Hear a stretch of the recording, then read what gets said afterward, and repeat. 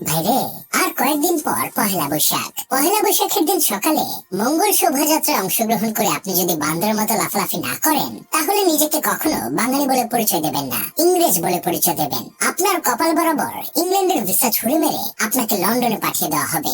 যে ছেলেরা পহেলা বৈশাখের দিন মেলায় গিয়ে রং মেখে সংসেজে মেয়েদের সাথে করবে না, শীষ বাজাবে না, পিছন থেকে চিৎকার করে বলবে না, ও কি লাগছে মাইরি, তাদের কোনোভাবেই বাংলাদেশে থাকার অধিকার নেই। যে মেয়েরা পহেলা বৈশাখের দিন লাল পাড় সাদা শাড়ি, হাতে কাঁচের চুড়ি আর চুল খোলা রেখে মেলায় গিয়ে ঝিমঝিম করে হাঁটবে না, তাদের কপালে ইউরোপের ভিসা ছুঁড়ে মেরে তাদের সুইজারল্যান্ড পাঠিয়ে দেওয়া হবে। এখন অনেক ছেলেরাই বলতে পারেন, আমি ভদ্র ফ্যামিলির পোলা, আমার আব্বা 5 ওয়াক্ত নামাজ পড়ে, বাবা মা ছোটবেলা থেকে শিখিয়েছে কিভাবে মেয়েদের সম্মান করতে হয়, আমার দ্বারা এমন ছাগলামি করা সম্ভব না। আবার অনেক মেয়েরা বলতে পারেন, আমার মা পর্দাশীল, এসব রং ঢং আমার মা পছন্দ করে না, রং মেখে সংসেজে মেলায় গেলে মা জননী পা ভেঙে হাতে ধরিয়ে দেবে। এখন আমার কথা হলো, আপনি বাংলাদেশে জন্মগ্রহণ করে বাঙালির ঐতিহ্য মানবেন না, তা হবে না, তা হবে না। ঐতিহ্য ধরে রাখতে হলেও আপনাকে এমন ছাগলামি করতেই হবে, তা না হলে আপনার বাঙালি সত্তা বাতিল করে দেওয়া হবে। তাছাড়া আপনি যদি পহেলা বৈশাখে ফিডব্যাকের মেলায় জেরে গানের সাথে লুঙ্গি ডান্স না দেন, তাহলে আজ থেকে নিজেকে বাঙালি হিসেবে পরিচয় দেবেন না। আজ থেকে বাংলা ভাষায় কথা না বলে সবার সাথে ইংরেজিতে কথা বলার চেষ্টা করুন।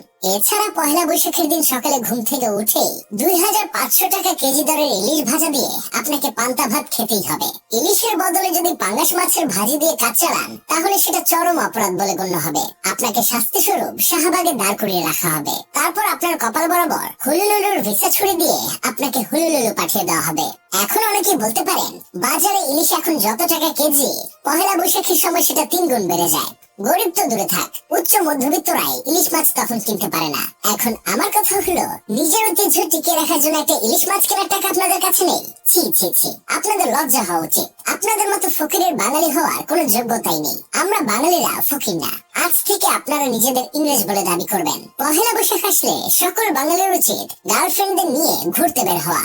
জানি রাস্তায় কুত্তা মার্কা জ্যাম থাকবে, কিন্তু তাতে কি, বাঙালি হতে হলে এইটুকু কষ্ট করতেই হবে। 30 টাকা রিক্সা ভাড়ার জায়গায় রিক্সাওয়ালাদেরকে 100 টাকা দিতে হবে। কারণ ওই দিন রিক্সাওয়ালা এমন একটা ভাব ধরবে যে সে রিক্সা না, বিমান চালায়। ঝালমুড়ি আর ফুচকার দোকানে ঘন্টার পর ঘন্টা লাইন ধরে দাঁড়িয়ে থাকতে হবে, তবুও সিরিয়াল পাওয়া যাবে না। কিন্তু তাতে কি, বাঙালি হতে হলে কষ্ট করতেই হবে। অবশ্য আমার বন্ধু কেরামত এসব কিছুই মানে না, তাই নিজেকে সে বাঙালি বলেও পরিচয় দেয় না। সেদিন কেরামতকে জিজ্ঞেস করলাম, বন্ধু কই যাস? কেরামত উত্তর দিল, I go to market, red tomato আর বিগ বিগ পটেটো কিনতে। যাই হোক, শেষমেশ আমি গোলাম হোসেন একটা কাজের কথা বলি। একদিনের জন্য বাঙালি হয়ে শুধু শুধু ইলিশের দামটা বাড়িয়ে কি লাভ? বাঙালি হতে হলে যে এসব করতে হবেই, তার তো কোনো ভিত্তি নেই। আমরা বাঙালি ছিলাম, আছি আর থাকবো। আমরা যে বাঙালি, সেটা আমাদের স্বভাবেই প্রকাশ পায়।